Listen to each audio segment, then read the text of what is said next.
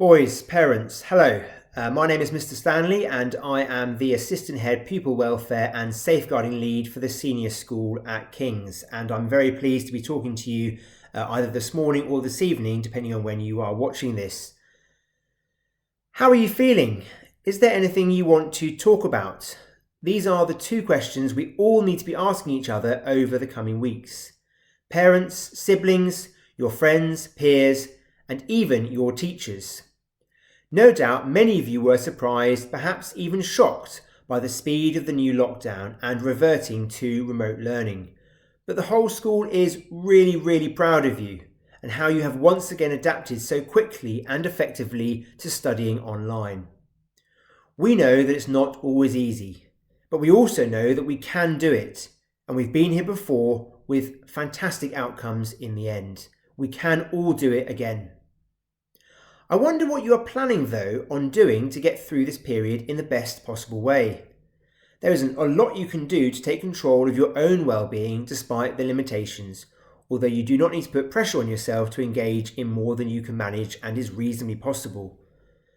The headmaster has mentioned re-engaging with an old hobby or starting a new one, and there's going to be the relatively open-ended King's Creative Project launched in February by Mr. Balfe. However, before then, you need to make a conscious effort to actively take steps which ensure you feel as good as you would in more normal times. The first advice from me is to revert to the natural world and take every opportunity to revel in it. This could be via a book, a piece of artwork, a TV programme, or best of all, going outside yourself. So, turn off your phone, leave the house, get into nature, and go for a walk. What do you see? What do you hear? Stop for a moment. Be in the moment. There is still plenty to appreciate and enjoy, and the world is still turning, ready for when things open up. If you're not tempted by that, let me tell you about some other activities that worked for your peers in the last lockdown. First of all though, how do we know this? Well, because they told us in an anonymous questionnaire during that time.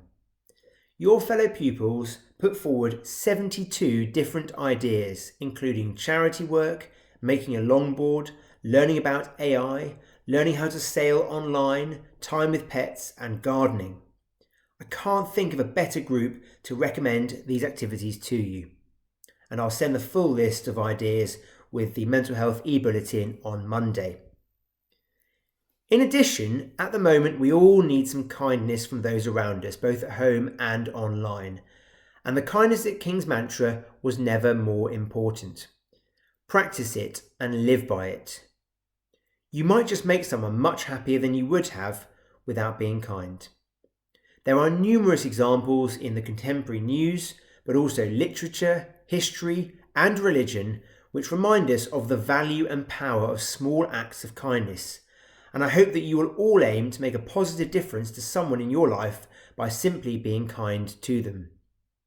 My challenge to you is to be kind all of the time. Reach out to others with empathy and compassion by putting yourself in their shoes and helping if you can. Finally, there's never been more of a need or a better time for King's to launch a new wellbeing initiative. I'm looking for a handful of wellbeing ambassadors from each year group to help me and others with wellbeing activities, including Mental Health Awareness Week in May. I'll be launching the initiative soon, and as mentioned, you should look out for an email from me early next week on the overall topic of mental health and wellbeing. So, in summary, if you look after yourselves and get the basics right, everything else should follow. During the school week, get up at a reasonable time.